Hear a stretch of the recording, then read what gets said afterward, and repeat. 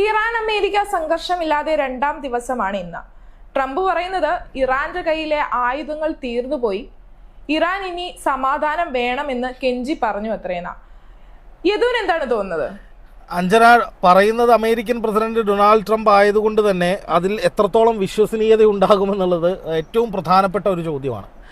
ഇതിൽ American president Donald Trump പറയുന്നത് എന്താണ്? ട്രംപ് പറയുന്നത് ഇറാൻ്റെ കയ്യിൽ ആയുധങ്ങൾ തീർന്നു, ഇറാൻ അതുകൊണ്ട് തന്നെ കാലയിൽ പിടിച്ചു, അതുകൊണ്ട് തന്നെ ഞാൻ വിശാലമനസ്കനായ ഞാൻ യുദ്ധം അവസാനിപ്പിക്കുകയാണ് തൽക്കാലത്തേക്ക് എന്നാണ് ട്രംപ് പറയുന്നത്. പക്ഷേ യാഥാർത്ഥ്യം എന്താണ്? അമേരിക്കയുടെ 2-3 കണക്കുകൾ അത് ഇറാൻ തന്നെയാണ് പുറത്തുവിട്ടിരിക്കുന്നത്. അമേരിക്കയുടെ 11 എയർക്രാഫ്റ്റുകൾ, F-15 വിമാനമടക്കമുള്ള അമേരിക്കയുടെ ഏറ്റവും പ്രധാനപ്പെട്ട യുദ്ധവിമാനമായിട്ടുള്ള F-15 അടക്കം 11 എയർക്രാഫ്റ്റുകൾ ഇറാൻ തകർത്തിട്ടുണ്ട്, 20ഓളം സൈനികരെ വധിച്ചിട്ടുമുണ്ട്. അതായത് അത്രയും വലിയ ഒരു ഇമ്പാക്റ്റ് ഈ യുദ്ധത്തിൽ, അതായത് ഇപ്പോൾ 3ാം ഘട്ടം എന്ന് പറയാവുന്ന യുദ്ധം, അതായത് ഫെബ്രുവരി 28 യുദ്ധം തുടങ്ങി, ജൂൺ 15 അവസാനിപ്പിക്കുന്നു, 17-ാം തീയതി കരാർ വരുന്നു, പിന്നെ വെടിനിർത്തൽ വരുന്നു, എന്നിട്ട് ഒരു 15 ദിവസം മുമ്പ് വീണ്ടും അമേരിക്ക യുദ്ധം ചെയ്യുന്നതാണ് 3ാം ഘട്ടം. ആദ്യഘട്ടം ഫെബ്രുവരി 28 തുടങ്ങുന്നു, 2ാം ഘട്ടം ആ സമാധാനത്തിൻ്റെ കാലമാണ്, പിന്നെ 3ാം ഘട്ടം. അപ്പോൾ യുദ്ധത്തിന് കണക്ക് വയ്ക്കുകയാണെങ്കിൽ ഇത് 2ാം ഘട്ട യുദ്ധമാണ്. ഈ 2ാം ഘട്ട ആക്രമണത്തിൽ ആദ്യ ദിവസങ്ങളിലൊക്കെ അമേരിക്ക ഇറാനിലേക്ക് വലിയ ആക്രമണങ്ങൾ നടത്തുന്നു, ജനവാസ കേന്ദ്രങ്ങൾ തകർക്കുന്നു, അങ്ങനെ അവിടുത്തെ ഊർജ്ജ കേന്ദ്രങ്ങൾക്ക് നേരെ ആക്രമണം നടത്തുന്നു, സൈനികർ കൊല്ലപ്പെടുന്നു, തീരദേശ മേഖലയിൽ വലിയ ആക്രമണം നടത്തുന്നു. അതിനിടയിൽ അമേരിക്ക പറയുന്നു ഹോർമൂസ് കടലെടുക്ക് തുറന്നു കിടക്കുകയാണ്, കപ്പലുകൾ അതിലെ പോരെ, ഞങ്ങൾ സംരക്ഷണം കൊടുക്കുമെന്ന് പറയുന്നു. അപ്പോൾ ആദ്യ ദിവസം അമേരിക്കയുടെ അഴിഞ്ഞാട്ടമായിരുന്നു, അല്ലെങ്കിൽ ട്രംപിൻ്റെ തള്ളുകളുടെ മേളമായിരുന്നു വന്നത്. പക്ഷേ പതിയെ ട്രംപ് തിരിച്ചറിയാണ് ഇറാന് ഒരു പ്രശ്നവും ഉണ്ടായിട്ടില്ല. അതായത് ഇറാൻ്റെ 84% ആയുധങ്ങൾ തകർത്തു, സൈനിക ശേഷി തകർത്തു എന്നൊക്കെ ട്രംപ് തള്ളുമ്പോൾ അക്ഷരാർത്ഥത്തിൽ ഇറാന് കാര്യമായി അവരുടെ ആയുധശേഷിയോ പ്രഹരശേഷിയോ തകരുന്നില്ലായിരുന്നു എന്നുള്ളതാണ് യാഥാർത്ഥ്യം. അത് ഞാൻ പറയുന്നതോ നമ്മൾ പറയുന്നതോ അല്ല, മറിച്ച് അങ്ങനെയാണ് നമ്മൾ കണ്ടത്. ജോർദാനിലെ അമേരിക്കൻ സൈനിക കേന്ദ്രത്തിലേക്ക് കനത്ത ആക്രമണങ്ങൾ നടത്തുന്നു. റഷ്യയുടെയും ചൈനയുടെയും പിന്തുണയോടുകൂടി എന്ന് സംശയിക്കുന്ന വിധത്തിൽ തന്നെ ഇറാൻ വളരെ പ്രിസൈസ്ഡ് ആയിട്ടുള്ള, വളരെ അക്രമ സ്വഭാവമുള്ള നിരന്തരമായ ആക്രമണങ്ങൾ അമേരിക്കൻ സൈനിക കേന്ദ്രങ്ങളിലേക്ക് അഴിച്ചുവിടുന്നു. അതുകൊണ്ട് തന്നെയാണ് ട്രംപ് ഇന്ന് പറഞ്ഞത് റഷ്യയും ചൈനയും ഇറാനെ സഹായിച്ചാൽ അവരും ശക്തമായ തിരിച്ചടി നേരിടേണ്ടി വരുമെന്ന് ട്രംപ് പറയുന്നത്.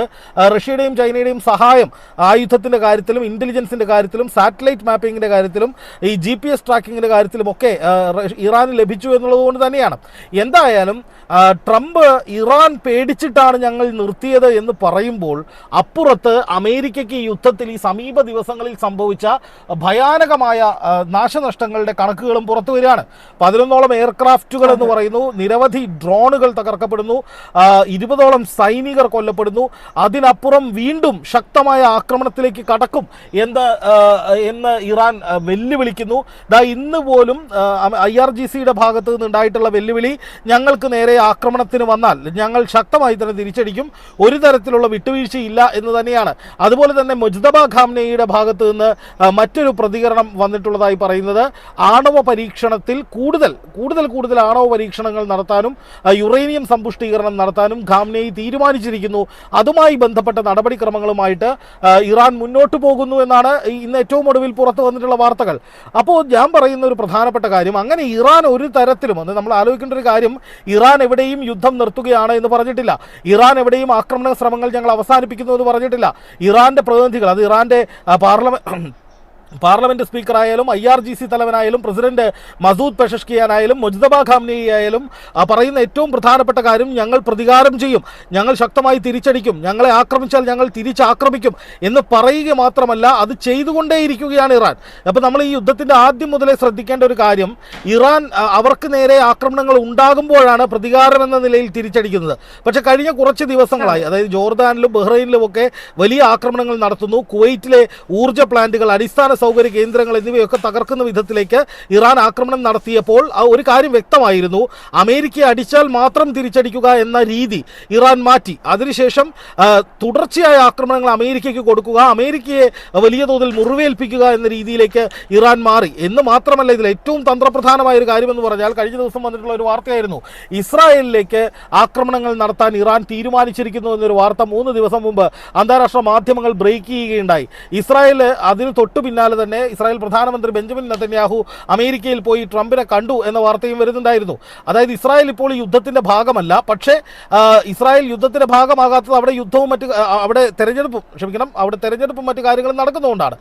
എന്ന് മാത്രമല്ല, ഈ ഘട്ടത്തിൽ ഇറാൻ തുടർച്ചയായ ആക്രമണങ്ങൾ നടത്തുന്ന ഈ ഘട്ടത്തിൽ ഇസ്രായേൽ ഈ യുദ്ധത്തിലേക്ക് ഇറങ്ങിയാൽ ഇസ്രായേലിലേക്കും വ്യാപകമായ ആക്രമണങ്ങൾ ഉണ്ടാകും എന്ന ഭയവും ഇസ്രായേലിന് ഉണ്ടായിട്ടുണ്ടാകും.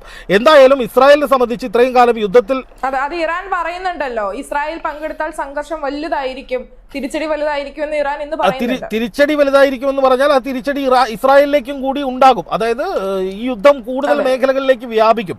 അപ്പൊ അതുകൊണ്ട് തന്നെ ഇസ്രായേലിനെ മുറിവേൽപ്പിക്കണമെന്നടക്കം ഇറാൻ ശക്തമായി പറയുമ്പോഴാണ് ട്രംപ് താൽക്കാലികമായി വെടിനിർത്തുന്നത് എന്നുള്ളത് നമ്മൾ കാണാതിരുന്നുകൂടാ. അതായത് ഈ യുദ്ധചരിത്രം പരിശോധിച്ചാൽ, ഈ സമീപകാല ചരിത്രം പരിശോധിച്ചാൽ, ഫെബ്രുവരി 28-ന് ശേഷമുള്ള ചരിത്രം പരിശോധിച്ചാൽ തന്നെ കാണാൻ സാധിക്കുന്ന ഏറ്റവും പ്രധാനപ്പെട്ട കാര്യം, എപ്പോഴൊക്കെ ഇസ്രായേലിന്റെ വാല് മുറിഞ്ഞിട്ടുണ്ടോ, എപ്പോഴൊക്കെ ഇസ്രായേലിലേക്ക് ആക്രമണങ്ങൾ ശക്തമായിട്ടുണ്ടോ, എപ്പോഴൊക്കെ ഇസ്രായേലിന് നേരെ വെല്ലുവിളികൾ കനത്തിട്ടുണ്ടോ, ആ ഘട്ടങ്ങളിലൊക്കെ അമേരിക്ക വെടിനിർത്തൽ അല്ലെങ്കിൽ സമാധാനം എന്ന് പറഞ്ഞുകൊണ്ട് വരും എന്നുള്ളതാണ്. അപ്പോൾ ഇവിടെ രണ്ട് കാര്യങ്ങളാണ്. ഒന്ന്, ഇസ്രായേലിലേക്ക് ആക്രമണങ്ങൾ ശക്തമാക്കും എന്ന് കഴിഞ്ഞ ദിവസം ഇറാൻ തീരുമാനിച്ചതായി അല്ലെങ്കിൽ ഇറാൻ പറഞ്ഞതായി വാർത്തകൾ വരുന്നു. തൊട്ടു പിന്നാലെ നെതന്യാഹു ഭയന്ന് ട്രംപിനെ കാണാൻ പോകുന്നു. അതുമാത്രവുമല്ല, അതേസമയം തന്നെ ഈ പറഞ്ഞതൊക്കെ നടക്കും എന്ന് വ്യക്തമാക്കുന്ന വിധത്തിൽ വലിയ തോതിലുള്ള ആക്രമണങ്ങൾ ജോർദാനിൽ അമേരിക്കൻ സൈനിക കേന്ദ്രങ്ങളിലേക്കും കുവൈറ്റിലെ അടിസ്ഥാന സൗകര്യങ്ങൾക്ക് നേരെയും ബഹ്റൈനിലേക്കും ഒക്കെ നടക്കുന്നു. ഒപ്പം ഹോർമൂസ് കടലിടുക്കിലൂടെ പോയ സൗദിയുടെ എണ്ണക്കപ്പലടക്കം അടിച്ചു തകർക്കുന്ന സാഹചര്യം ഉണ്ടാകുന്നു. അങ്ങനെ ഇറാൻ സകല എതിരാളികൾക്കും നേരെ തുടർച്ചയായ ആക്രമണങ്ങൾ നടത്തുന്ന ഒരു സാഹചര്യത്തിൽ ഇറാനെ പിടിച്ചുകെട്ടൽ എളുപ്പമല്ല. ഈ യുദ്ധം ഇങ്ങനെ തുടർന്നു പോയാൽ അമേരിക്കയ്ക്കും സഖ്യകക്ഷികൾ അല്ലെങ്കിൽ സൗഹൃദ രാജ്യങ്ങളായ അറബ് രാജ്യങ്ങൾക്കും അതുപോലെ തന്നെ ഇസ്രായേലിനും ഹോർമൂസ് കടലിടുക്കിലെ കപ്പലുകൾക്കും ഒക്കെ തിരിച്ചടി കിട്ടുമെന്ന് കൃത്യമായി മനസ്സിലാക്കിയ, അല്ലെങ്കിൽ ഈ വിധത്തിൽ യുദ്ധം ചെയ്താൽ തിരിച്ചടി ഉറപ്പാണ് എന്ന് മനസ്സിലാക്കിയ ഘട്ടത്തിലാണ് ട്രംപ് പൊടുന്നനെ വെടിനിർത്തൽ എന്ന ആശയവുമായി രംഗത്ത് വരുന്നത്. എന്നിട്ട് പറയാണ് ഇറാൻ ഭയന്നു എന്ന്. ഇതൊക്കെ വിശ്വസിക്കാനും മാത്രം വിഡ്ഢികളാണോ ഈ ലോകത്തുള്ള ജനങ്ങളെന്നാണോ ട്രംപ് ധരിച്ചു വെച്ചിരിക്കുന്നത് എന്നുള്ളതാണ് ഏറ്റവും പ്രധാനമായിട്ടുള്ള ചോദ്യം. ഇനി മറ്റൊരു കാര്യം കൂടി നോക്കുക. ട്രംപ് ഇത് പറയുന്ന അതേ സമയം ഇറാൻ അതിനോട് പോസിറ്റീവായിട്ടല്ല പ്രതികരിക്കുന്നത്. അതായത് ട്രംപ് പറഞ്ഞത് മുഴുവൻ ശരിയാണ്, അമേരിക്കയുമായി ഒരു ചർച്ചയ്ക്ക് ഞങ്ങൾ തയ്യാറാണ് എന്ന് ഇറാൻ ഇതുവരെ പറഞ്ഞിട്ടില്ല. മറിച്ച് ഈ ചർച്ചകൾ നടക്കുന്നു എന്ന് പറയുന്നത് മധ്യസ്ഥ രാജ്യങ്ങൾ തമ്മിലാണ്. അതായത് ഖത്തറും ഈജിപ്തും മധ്യസ്ഥ ചർച്ചയ്ക്ക് ഇറങ്ങുന്നു. അവർ പാകിസ്ഥാനുമായിട്ട് ചർച്ച നടത്തുന്നു. പാകിസ്ഥാനിലേക്ക് ഇറാന്റെ കുറച്ച് പ്രതിനിധികൾ പോകുന്നു. ഖത്തറും ഈജിപ്തും ഇറാനുമായി ആശയവിനിമയം നടത്തുന്നു. എന്നതിനപ്പുറം ഇറാൻ ആയുധം താഴെ വയ്ക്കുമെന്നോ അമേരിക്കയ്ക്കെതിരെ പ്രതികാരം ചെയ്യില്ല എന്നോ ഒരിക്കലും പറഞ്ഞിട്ടില്ല എന്നുള്ളതാണ് നമ്മൾ ഇതിൽ മനസ്സിലാക്കേണ്ട ഏറ്റവും പ്രധാനപ്പെട്ട കാര്യം. ഇനി ഇതിനിടയിൽ ഇറാന്റെ കപ്പല് യുക്രൈൻ ആക്രമിച്ചിട്ട് യുക്രൈൻ പറയുന്നത് ഈ കപ്പലില് റഷ്യ ഇറാന് കൊടുക്കുന്ന ആയുധങ്ങളാണ് എന്ന് പറയുന്നു. അത് റഷ്യ ഇതേവരെ സ്ഥിരീകരിച്ചിട്ടുമില്ല. അല്ല, റഷ്യ ആയുധങ്ങൾ നൽകുന്നുണ്ട് എന്നുള്ളത് പലപ്പോഴും ഈ യുദ്ധത്തിന്റെ ഘട്ടങ്ങളിൽ ഉയർന്നു വന്നിട്ടുള്ള ഒരു പ്രധാനപ്പെട്ട കാര്യമാണ്. റഷ്യ സഹായിക്കുന്നു, ചൈന സഹായിക്കുന്നു. അപ്പോൾ ഇവിടെ ഒരു പാശ്ചാത്യ ശക്തികൾക്കെതിരെ, പ്രത്യേകിച്ച് അമേരിക്ക ഇസ്രായേൽ കൂട്ടുകെട്ടിനെതിരെ പശ്ചിമേഷ്യയിൽ ഒരു മറ്റൊരു ബദൽ ശക്തി ഉയർന്നു വരുന്നതിൻ്റെ പ്രകടമായ സൂചനയാണ് ഇതിലൂടെയൊക്കെ നമ്മൾ കാണുന്നത്. ഇത് ട്രംപിനെ സംബന്ധിച്ച് വലിയ തിരിച്ചടിയാണെന്ന കാര്യത്തിൽ ഒരു സംശയവുമില്ല.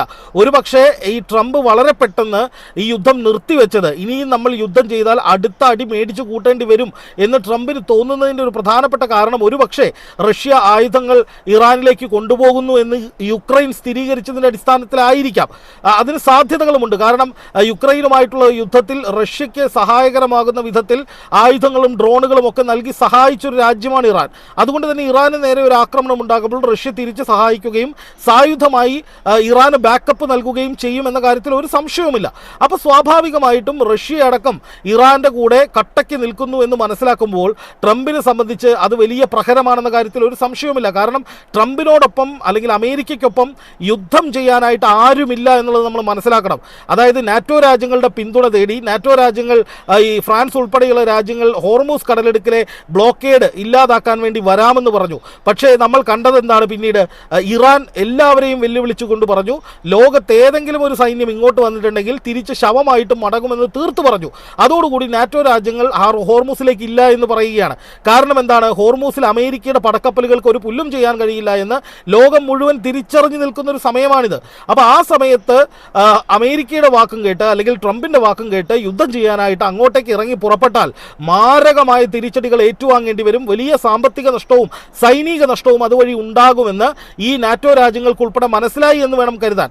എന്ന് മാത്രമല്ല, അമേരിക്കയുടെ പടക്കപ്പലുകൾ USS Gerald Ford, Abraham Lincoln, USS George W Bush ഇങ്ങനെയുള്ള കപ്പലുകളൊക്കെ ഇവിടേക്ക് വരും. എവിടേക്ക്? ഹോർമൂസ് കടലിടുക്കിലേക്ക് വരുമെന്നും അങ്ങനെ ഹോർമൂസിൽ വലിയ തോതിൽ ഒരു ഇവാക്യുവേഷൻ ഉണ്ടാകുമെന്നും അവിടെ ഈ പറയുന്ന വാണിജ്യ കപ്പലുകൾക്ക് ഹോർമൂസിലൂടെ പോകാനുള്ള എല്ലാ വഴിയും ഒരുക്കുമെന്നും ഒക്കെ അമേരിക്ക പറയാൻ തുടങ്ങിയിട്ട് കാലം കുറയായി. പക്ഷേ ഇതുവരെ ഒരൊറ്റ കപ്പലും ഇറാന്റെ പരിധിയിലുള്ള ഹോർമൂസിന്റെ 7 അയലത്തേക്ക് വന്നിട്ടില്ല എന്നുള്ളത് നമ്മൾ കാണണം. അപ്പോൾ ട്രംപിന്റെ വീരവാദത്തിനപ്പുറം ഇവിടെയൊന്നും ഒരു തരത്തിലുള്ള രക്ഷാപ്രവർത്തനമോ ഒരു തരത്തിലുള്ള സംരക്ഷണമോ ഒരു തരത്തിലുള്ള നടപടികളോ സ്വീകരിക്കാനായിട്ട് അമേരിക്കയ്ക്ക് കഴിഞ്ഞിട്ടില്ല. പറച്ചിൽ മാത്രമേ ഉള്ളൂ. അമേരിക്ക തന്നെ പലതവണ പറഞ്ഞിട്ടുണ്ട് ഹോർമൂസ് ഞങ്ങളുടേതാണ്, ഹോർമൂസ് സ്വതന്ത്രമാണ്, അവിടെ ഞങ്ങൾ സംരക്ഷണം നൽകുമെന്ന് പറഞ്ഞിട്ട് കുറേ കപ്പലുകൾ അത് കേട്ട് ആ വഴിക്ക് പോയി. ഒമാൻ തീരത്തുകൂടെയൊക്കെ റൂട്ട് മാറ്റി പിടിച്ചു. പക്ഷെ ഒരൊറ്റ കപ്പലും തീരം കടന്ന് ആ ഒരു മേഖല കടന്ന് പോയിട്ടില്ല. ഈ കപ്പലുകളെയൊക്കെ പിന്തുടർന്ന് ഇറാൻ ആക്രമിക്കുന്ന സാഹചര്യമാണ് ഉണ്ടായത്. അപ്പോൾ ഇതിൻ്റെയൊക്കെ അർത്ഥം ഇറാന് ഈ കപ്പലുകളൊക്കെ എവിടെയാണെന്ന് ട്രേസ് ചെയ്യാനുള്ള ഇൻ്റലിജൻസ് സഹായവും GPS സഹായവും ഒക്കെ കിട്ടുന്നുണ്ട്. അതാണ് റഷ്യയുടെയും ചൈനയുടെയും ഒക്കെ സഹായം എന്ന നിലയിൽ തുടക്കം മുതലേ വ്യാഖ്യാനിക്കപ്പെട്ട് പോന്നിരുന്നത്. അത് ഏറെക്കുറെ അമേരിക്കയും മനസ്സിലാക്കുന്നു എന്ന രീതിയിലാണ് ഇപ്പോൾ ട്രംപിൻ്റെ വെല്ലുവിളി റഷ്യയ്ക്കും ചൈനയ്ക്കും നേരെ ഉണ്ടായിരിക്കുന്നത്. എന്തായാലും ഇപ്പോൾ അമേരിക്ക ഒറ്റയ്ക്ക് തന്നെയാണ്. ഒപ്പമുണ്ടായിരുന്ന ഇസ്രായേൽ പോലും ഒപ്പമില്ല എന്നുള്ളതൊരു യാഥാർത്ഥ്യമാണ്. നമ്മൾ ഗ്രൗണ്ട് റിയാലിറ്റി നോക്കുമ്പോൾ അമേരിക്കയ്ക്കൊപ്പം ഇസ്രായേൽ ഇല്ല. ഗൾഫ് രാജ്യങ്ങളാകട്ടെ ഇതുവരെ ഇറാൻ ഇത്രയും ആക്രമണങ്ങൾ ഈ ഗൾഫ് രാജ്യങ്ങളിലേക്ക് നടത്തിയിട്ടും ഒരൊറ്റ ഗൾഫ് രാജ്യം പോലും സായുധമായി ഇറാനെ ആക്രമിച്ചിട്ടില്ല. അതിനുള്ള കാരണം ഇറാനെതിരെ യുദ്ധം ചെയ്താൽ ഗൾഫ് രാജ്യങ്ങൾക്കും ശക്തമായ തിരിച്ചടി കിട്ടുമെന്ന് ഗൾഫ് രാജ്യങ്ങൾ മനസ്സിലാക്കിയത് കൊണ്ടാണ്. അപ്പോൾ അവരും ട്രംപിൻ്റെ ഉറപ്പിൽ, ട്രംപിൻ്റെ സംരക്ഷണത്തിൽ വിശ്വസിക്കുന്നില്ല. സ്വന്തം സൈന്യത്തെ പോലും സംരക്ഷിക്കാൻ കഴിയാത്ത ട്രംപ് എങ്ങനെയാണ് ഈ രാജ്യങ്ങളെ സംരക്ഷിക്കുക എന്നുള്ള ചോദ്യം തന്നെയാണ് അവിടെ ശക്തമായിട്ട് ഉയരുന്നതെന്നാണ് ഞാൻ മനസ്സിലാക്കുന്നത്. എന്തായാലും ഇപ്പോഴത്തെ സാഹചര്യത്തിൽ ഈ യുദ്ധം നിർത്തിവെച്ചത് ട്രംപ് പറയുന്നത് പോലെ വിശാലമനസ്കനായ ആശാൻ ക്ഷമിച്ചു കൊടുത്ത് ഇറാന് രക്ഷപ്പെടാനുള്ള ഒരു പഴുത് അല്ലെങ്കിൽ ഇറാന് ആശ്വസിക്കാനുള്ള ഒരു ഗ്യാപ്പ് കൊടുത്താണെന്നൊന്നും ഞാൻ വിശ്വസിക്കുന്നില്ല. ഒന്നുകിൽ അമേരിക്കയ്ക്ക് ആയുധങ്ങൾ കൂട്ടിവെക്കാൻ നഷ്ടപ്പെട്ട ഒരുപാട് ആയുധ നഷ്ടം അവർക്ക് ഉണ്ടായിട്ടുണ്ട്. അതിനുവേണ്ടി ഒരു ഗ്യാപ്പ് എടുത്തതാണ്, ഒരു റിലാക്സേഷൻ ടൈം. അതായത് കൂടുതൽ ആയുധങ്ങൾ എത്തിക്കാൻ, കൂടുതൽ കപ്പലുകൾ എത്തിക്കാൻ, കുറെ കൂടി കടുത്തൊരു യുദ്ധം ആക്രമണം ഇറാനിലേക്ക് നടത്താൻ വേണ്ടിയുള്ള ഒരു ചതി പ്രയോഗമാണ് ഇപ്പോൾ പറയുന്ന ഈ സമാധാനം എന്നാണ് ഞാൻ മനസ്സിലാക്കുന്നത്. അല്ല എന്നുണ്ടെങ്കിൽ നേരത്തെ അന്താരാഷ്ട്ര മാധ്യമങ്ങളിൽ വന്നതുപോലെ ഇനിയും യുദ്ധം ചെയ്താൽ അത് അമേരിക്കയുടെ സൈനിക ശേഷിയെയും പ്രതിരോധ സംവിധാനങ്ങളെയും അതായത് ആയുധപുരകളെയും ആയുധങ്ങൾ കാലിയാകുന്ന ഉൾപ്പെടെയുള്ള പ്രശ്നങ്ങൾ ഉണ്ടാകുമെന്നുമുള്ള മുന്നറിയിപ്പ് ട്രംപിൻ്റെ വിശ്വസ്തർ ട്രംപിന് കൊടുത്തു എന്നാണ് റിപ്പോർട്ടുകൾ വരുന്നത്. ഒരുപക്ഷെ അതായിരിക്കാം കാരണം. അല്ലെങ്കിൽ ഇതൊരു ചതിയാണ്. നമുക്കറിയാം ആയത്തുള്ള അലി ഖാംനെയി കൊല്ലപ്പെട്ട സാഹചര്യം.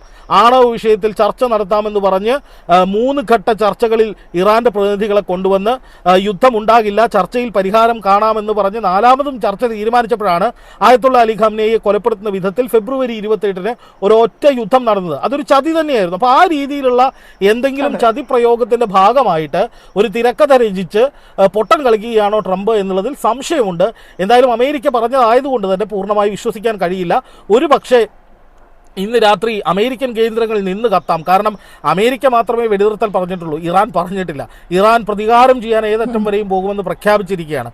ഒരു പക്ഷേ ഇറാൻ അമേരിക്ക ആക്രമിച്ചേക്കാം, അമേരിക്ക ഇങ്ങോട്ട് ആക്രമിച്ചില്ലെങ്കിൽ പോലും.